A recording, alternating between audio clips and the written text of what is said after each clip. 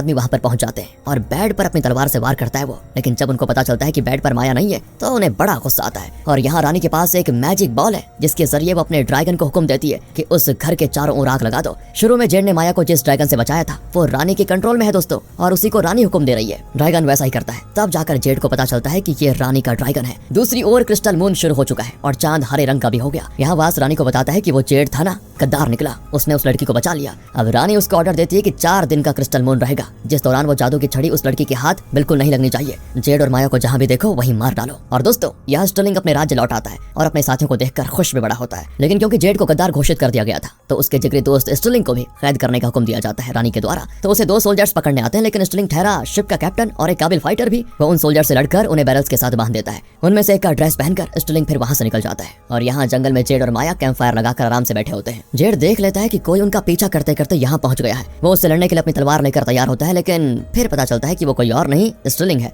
दोनों यार एक दूसरे को देखकर बड़े खुश होते हैं और जेड पूछता है कि भाई तुम जिस मैप की तलाश में गए थे वो कहाँ है, मिला क्या? यहाँ फ्लैशबैक में दिखाते हैं कि रेड नाइट नाम का एक वीर था जिसे लगा कि उसकी बहन ही वो भविष्यवाणी वाली लड़की होगी। इस वजह से उसने वो मैप चुराने की कोशिश की थी। लेकिन जब स्टर्लिंग को ये पता चला कि उसने रेड नाइट के आदमियों से लड़ाई की और रेड नाइट को मार डाला, उस समय वास भी स्टर्लिंग के साथ ही था और उसने रेड नाइट की बहनों को बंदी बना लिया। लेकिन स्टर्लिंग को ये गलत लगा और वो चुपके से उस लड़की को रिहा करके ले गया। शायद इसी वजह से उस लड़की को स्टर्लिंग से प्यार हो गया था और उसने स्टर्लिंग को उस जगह के बारे में बता दिया था जहाँ वो मैप छुपा कर रखा हुआ था। वो मैप रानी के हवाले करने के इरादे से स्टर्लिंग उस लड़की के साथ मैप लेने एक रेगिस्तान में पहुंचा, पर वहाँ रेतीला तूफान आया जिस दौरान स्टर्लिंग उस लड़की से बिछड़ गया। बदकिस्मती से वो लड़की तूफान में फंसकर मर गई थी। वहाँ उसका अंतिम संस्कार करके स्टर्लिंग वो मैप लेकर शिप में आ रहा था और रास्ते में शिप डूब गया। उसके बाद की भी सारी बातें वो जेड को बता देता है। मैप तो पानी में डूब गया यार, लेकिन मैंने उसे अपने माइंड में ऐसे उतार लिया कि कभी नहीं भूलूंगा।